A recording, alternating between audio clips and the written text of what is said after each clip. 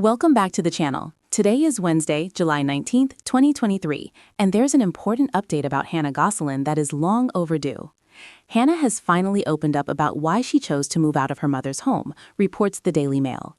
In an interview with Entertainment Tonight that took place last year, the reality star did share a few details about her decision. Her responses contained a level of reserve that suggested there was more she wished to say but wasn't quite yet able to voice. Everything changed last night. In the latest episode of Vice TV's Dark Side of the 2000s, Hannah revealed the actual reasons why she decided to relocate and why moving out of her mother's place wasn't an option, but something she simply knew she had to do. However, this decision came after she received some very tough news about her brother, Colin. As Hannah explains, after this, everything became clear, and staying put simply was not an option. The Vice TV documentary episode was purely dedicated to the Gosselin family and their experience with reality television shows, from John and Kate +8 to Kate +8. It takes audiences from when the reality television show first started to where they are right now, discussing a series of tensions and disputes over the years, from breakups to Colin. What is most apparent about this episode is that it manages to cover a great deal of ground. This episode does not shy away from pointing out mistakes that have occurred, as well as accusations that have been exchanged from one party to the next, specifically from Kate and John. Both parties have asserted claims as to what has taken place, and both claims often involved a great deal of shouting and taking place within public view. Yet one aspect about this episode that must be remembered is that children were involved. These were more than characters from TV shows. These were kids living life under extreme pressure at a time when reality TV itself was evolving quickly. While reality TV shows based on families were not new, the entire landscape of such shows was about to enter a whole new world, where the cameras were no longer limited to periodic visits, but were always along. But the concept of a family-friendly reality show that TLC promoted so enthusiastically had little to do with the genre in general. Viewers were introduced to a world of wholesome, identifiable, and innocuous programming. The invasions of home, and kitchen were welcome, where parents coped with mayhem, children came of age, and life ensued. However, today, many questions arise. Was it perhaps a little too much? Was it right? Did it come at a cost that was not at all apparent at the start? It was just waved off as, oh well, it wasn't that bad, or it was just a show. Some had been so bold as to joke about it, a harmless game, like playing catch with a softball. However, the fact of the matter was, for the children, particularly the siblings, it was evidently a lot more. Did it scar her for life? That is a question, but it is one that Hannah does not pose in relation to herself. Nor is she careless with language, tending instead to be very deliberate in what she says. It is, however, very apparent that it has affected her, and not always in a healthy way. There had been a conscious decision made there by TLC. Unique families with unique stories had appealed. Different viewpoints had attracted, which would draw in their audiences. The part of these families which had not been much planned or perhaps aired was about just how unprepared these households had been for what would happen in their everyday living. We're not experts and we're not professionals, and none of us really understood the way the media worked, because this was all uncharted territory for us as parents, and for the children, of course, it was. John and Kate +8. And now, years later, Hannah is finally finding her voice. Her move away from mother's house was not impulsive or for the joy of drama alone, but was a very personal, painful, and very concerned move for her brother, where she realized that at times, the best decision is just as difficult to take. At that time, what we knew as reality TV was actually more like a docudrama. Yes, these people were indeed real, but the situations in which they were placed certainly were not. Here's how it worked, one former producer told me. They had mapped out an entire show in advance. They knew where they were going, what they wanted to do, and which scenes they wanted to take, and then they just followed along. Essentially, it's like a game show. The family didn't even know they were part of one. They lived their lives unaware that they were under the parameters that had been designed. Trips had been arranged, meetings had been organized, conversations had been steered in certain channels. There had been no spontaneity. And then, when you understand it in that way, a lot of things suddenly make a lot of sense. There's one moment that encapsulates this. It's spring break. Our message is this: we have fun things in store, but if you want the fun things, you have to be with us. Otherwise, well, farewell. Your business isn't our business. I didn't do it. You don't get to choose. Excuse me, don't interrupt. You only have one chance to apologize. Change your attitude and come back. That's your last redemption. There's more to this than being recorded while parenting. There's control, magnified by the additional challenge of taping a schedule. In this manner, the first image that people are exposed to, the first. Since all the elements were already arranged, the program was able to portray the image of the Gosselin family that was not entirely true. On the program, the family appeared as a happy and well-organized one. Kate was portrayed as a strong mother capable of doing all the house tasks on her own. This portrayed a clear message that the family had it all together. So there was trouble behind the scenes in his marriage, too. By the 4th season, John and Kate were practically at a breaking point, since according to John, he was totally burned out, physically, emotionally, and mentally. By this stage, filming was nonstop for them. There was nary a break, nary a moment for a fresh start, nary a distinction between personal and filming life. The cameras kept rolling. And although a scene of order and control was presented to the viewer, what was actually occurring was the effects of exhaustion, strain, and a relationship fraying with constant pressure. Over a 2-year period, they filmed over 80 episodes. Think about that. At times, they had cameras in their home every single day. In fact, there is no real off button. They never had a chance to be in a normal, private setting. Colin once described how there were times when he would wake up in the morning and the cameras would often be there.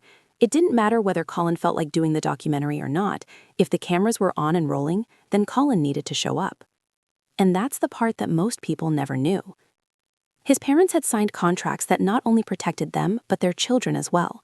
They obligated the parents to guarantee their kids' compliance and cooperation.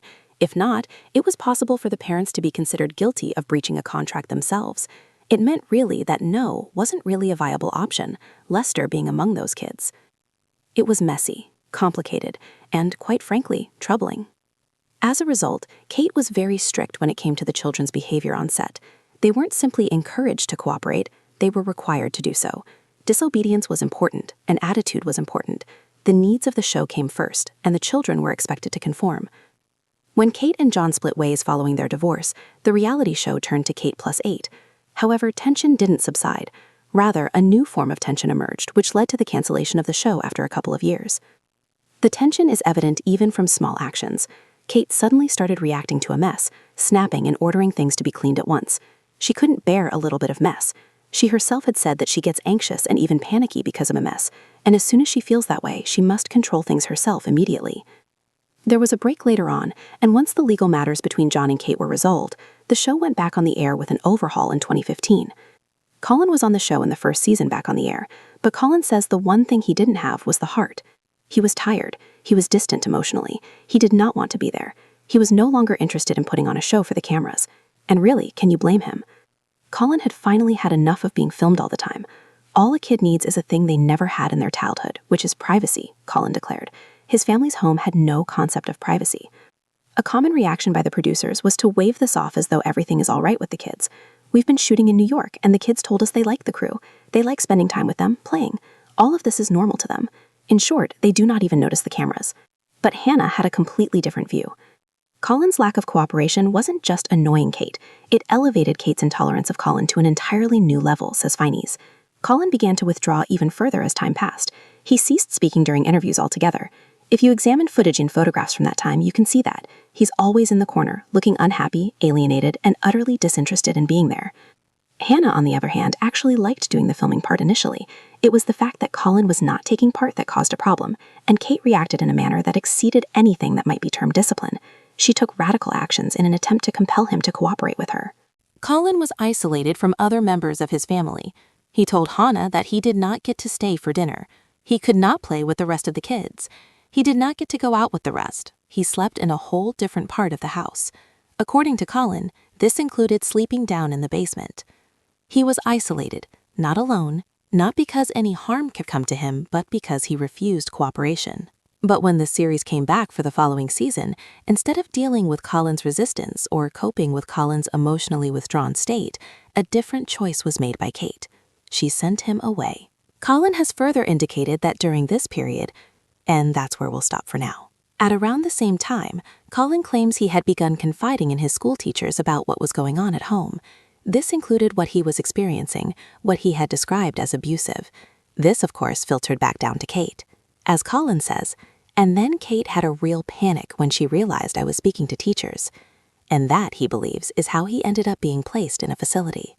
Colin has been open, however, in terms of his own admission that he has been acting out at times, and this is a fact that Colin does not deny.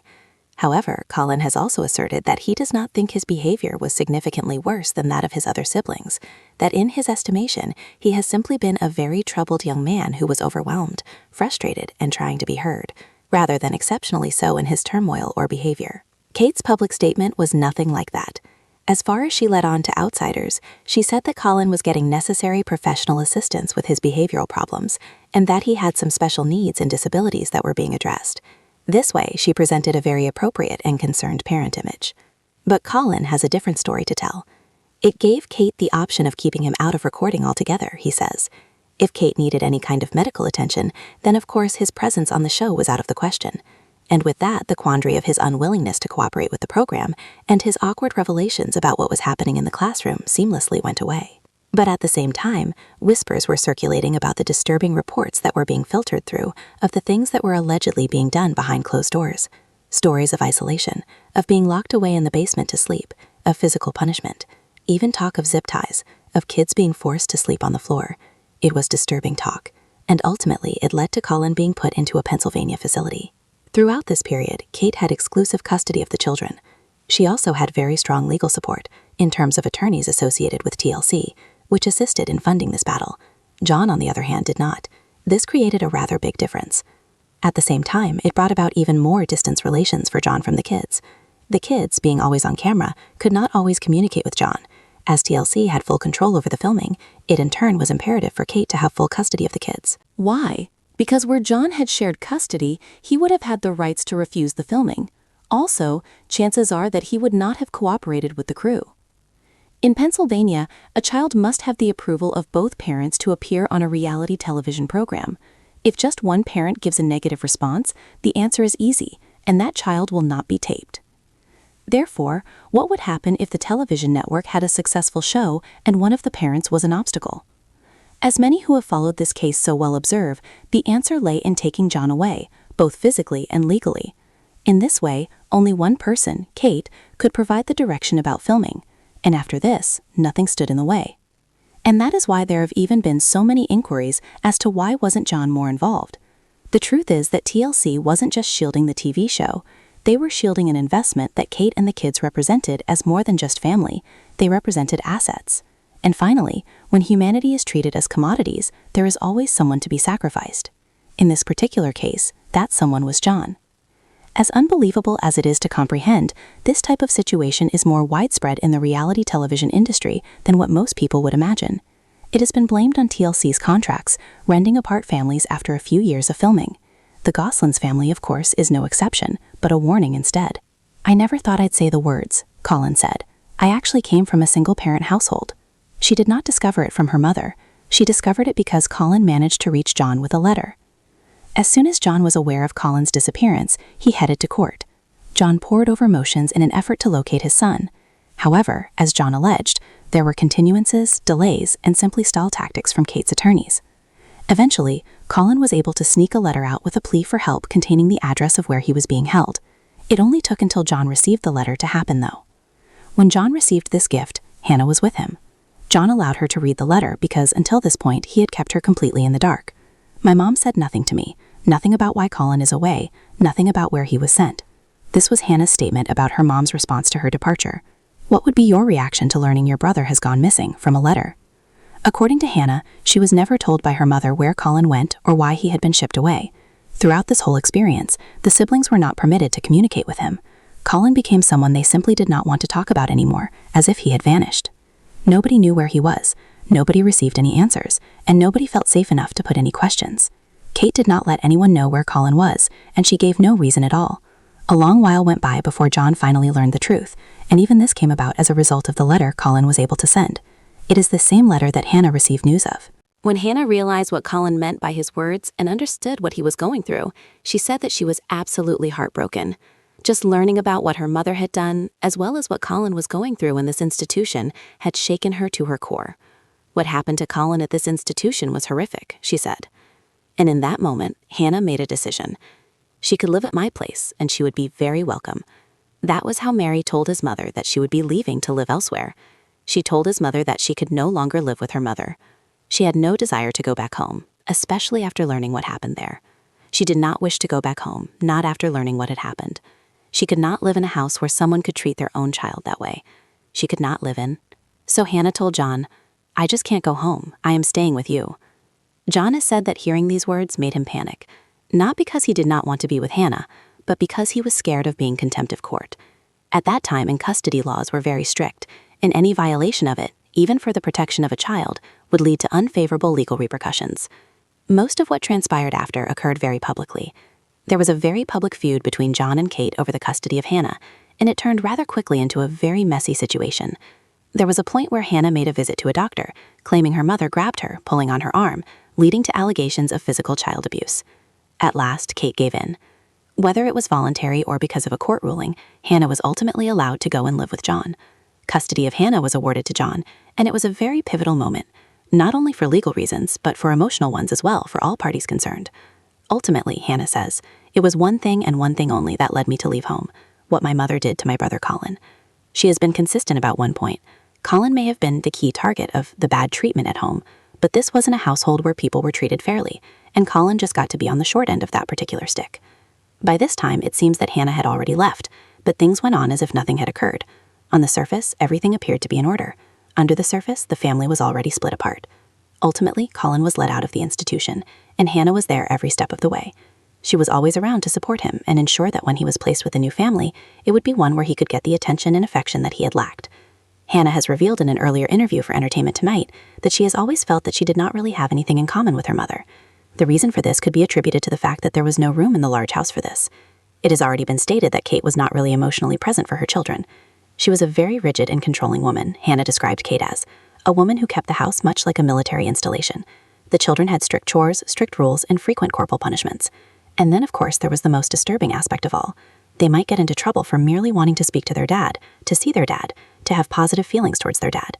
Kate has revealed that the show became the main source of income for the family, and after it attained this, there was no going back. This was in response to whether she could go back to being a nurse, given that she was taking care of her 8 children alone. John, on the other hand, is perceived as the more relaxed parent. Several children had more affinity and emotional contact with him. However, he is one who has been sidelined, sued, legally constrained, and prevented from speaking out. But during this time of silence, the trouble within the family was rising. Colin was finally out of the facility, and John gained legal custody of Colin as a result. Hannah was right with them, around her brother and her father. This was when, according to Hannah, she had very little contact with her mother and very little contact with her other brothers as well. Leaving wasn't easy. In fact, it hurt, a lot. And Hannah knew she didn't have any choice. She could not remain in the same place as her mother after what she'd done to Colin. What is even more painful, says Hannah, is what followed next. 3 months after giving birth, She says the siblings have been told the truth about what actually did happen to Colin, and still they do not believe. Instead, they have accepted the side of the story their mother has been trying to promote for all these years. In this version, Colin is the issue, not Kate. Hannah interprets Kate's presentation of Colin as the difficult child, the child with special needs, as gaslighting, Hannah continues. This means that instead of seeing Colin as the problematic child, Hannah believes that Colin was simply responding to the way that he was being treated. It's because of Kate, of course, Hannah said, her words dripping with conviction. It's because of her that everything has come apart. The isolation, the punishment, the tags, Colin's reputation, everything. You could even pick up traces of this milieu from those antique video clips. The strict tone, disapproving outbursts in public, humiliation over trivial matters, children being addressed as if they are a nuisance, not kids. All of which might appear to be trivial detail from afar, but pile up over time. And this is where Hannah excels in her role. She had the ability to see past the confusion that surrounded her. She knew who her brother was in reality. She refused to accept the tale that was being spun around her, and she was there for him during the time that counted the most. The thing that's really interesting about this situation is that Hannah herself had been noted as the motherly one on the show, to be nurturing, to be the helper, that one who takes care of people. And at the end of it all, that's exactly what she became for Colin. As a fact, any person would be blessed to have a sister like Hannah. However, Hannah has always been the type of sister that cares for her brothers. In other words, she had been bearing the burden since she was young. It was impossible for her to be emotionally detached simply because Colin was being mistreated. This is the type of situation that caused a rift within the family. These days, she has some interaction with her remaining brothers and sisters and talks occasionally with her mother. They are slowly working at mending their relations, but it's obvious that it's not yet fully healed. To offer more perspective as to why things were so complicated under the surface, one needs to examine the contract that the Gosselins entered under once they began tape rolling. According to Robert Huffman's book, Kate Gosselin, How She Fooled the World, in Kate and John's contract with the production company, they had very few rights at all, as Kate Gosselin had entered under contract as the talent and John Gosselin as the technical director. Under these terms, The terms laid out in the contract were entirely skewed in favor of the production house, while nothing much was given to the family except money in return for their services. The Gosselin family agreed to place themselves at the disposal of the production house as on-camera personalities to be performed for pre-production, production, and post-production purposes, which included activities such as rehearsals, travel, auditions, pickups, shoot days, voiceovers, vignettes, on-air promos, special eps, and backstage work, among others. The family received very stern instructions and direction from Discovery. The producers retained the final and absolute discretion regarding all aspects relating to their performances. They could thus have hardly any kind of autonomy or freedom to express their defiance. The contract also contained a clause stating that the show was non-union, so the Gosselins were not members of the SAG, Screen Actors Guild, or any type of labor association. This took away any further protections of the family's interests. The family was almost entirely under the control of Discovery, with very little leeway concerning how the family was to be presented on television. This was a system that exerted a tremendous amount of pressure on the family, who were vulnerable, particularly children, while securing complete creative ownership for the network at the same time. As per the contract, Kate has given her consent to all of her children, who were also minors, and also completely guaranteed all of her children to perform their duties. This means that if her children do not perform their duties according to the contract, Kate, in turn, her family, could also be in default. The children work on a kind of work-made-for-hire basis. They owed complete control over how, where, and when they worked to the production company. The only way a child could back out of the project was through certain criteria involving illness, disability, and/or any sort of disability in voice, appearance, and/or mobility, as defined as events of family incapacity. A further insight into the workings of the contract can be gained from the experience of the characters. For instance, if it appeared that Colin was not cooperative, then he could be put into a placement, which could be considered a sound reason for the incapacity to match. Throughout the whole period of the possible family incapacities, the payments to the family or the crediting of the payments could simply lapse. In fact, they could also suspend the contract. While the contract could then be extended for the time that the contract had been suspended, it was not mandatory. Essentially, this meant that the contract offered Discovery a great deal of leverage, and Kate had to enforce compliance on behalf of the children. The parents actually guaranteed the children's compliance, which meant that Discovery could sue them if they did not comply. Discovery could also claim any losses suffered by the family due to breach of contract. Such a legal setup meant a lot of pressure was involved. The fact is that the rules had to be followed, and the kids had no say in the rules they had to follow. For a child such as Colin, such a setup would be very tough emotionally, and the fact that certain tough methods such as putting Colin in a facility were necessary so that the family would be protected and the show could continue is understandable.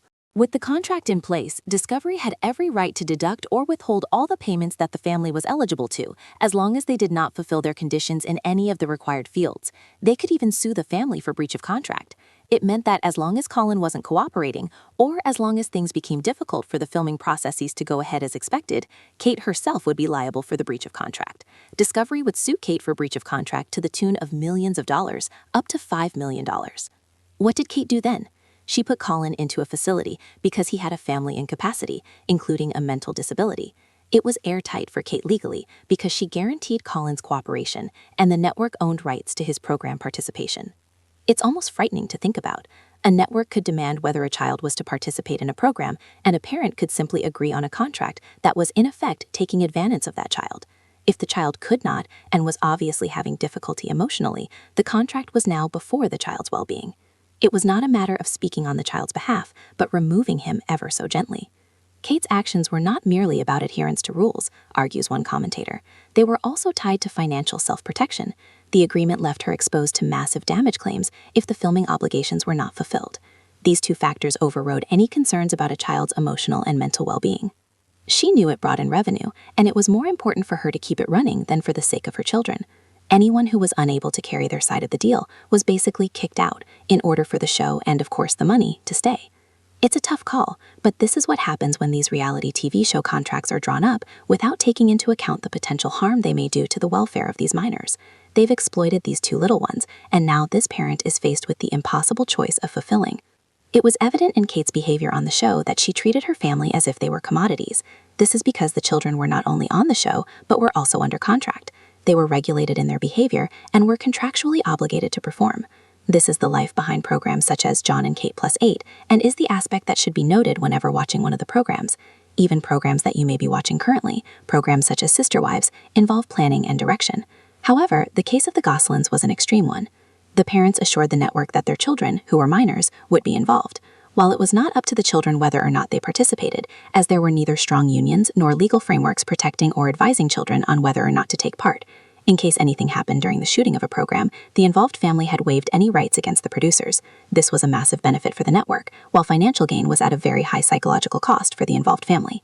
In this situation, the cost is more evident in terms of the impact caused to the children, including Colin and the family as well.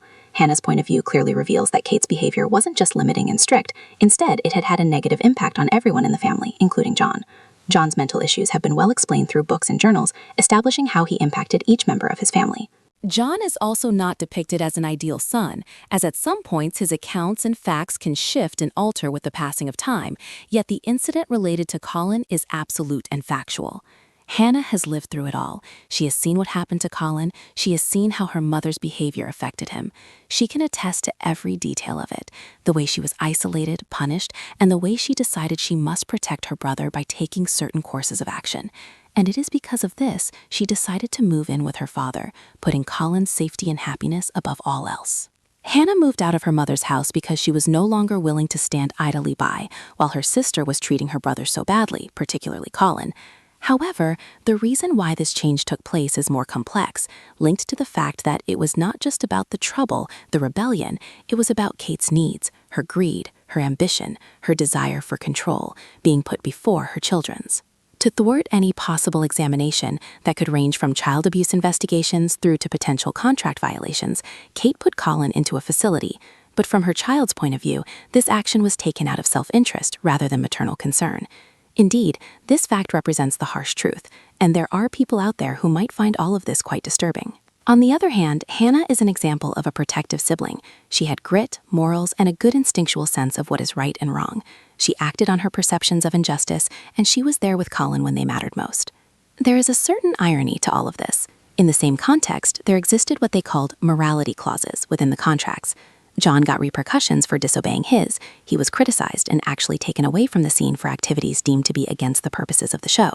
Yet Kate would seem to be outrightly disobeying her morality clauses by ill-treating the kids, and all for the sake of retaining her riches and benefits.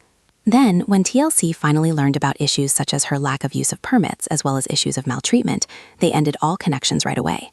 For years, Kate has been maligning John publicly by accusing him of issues she herself has been causing, while at the same time reaping financial gains from the show, as well as her children's labor.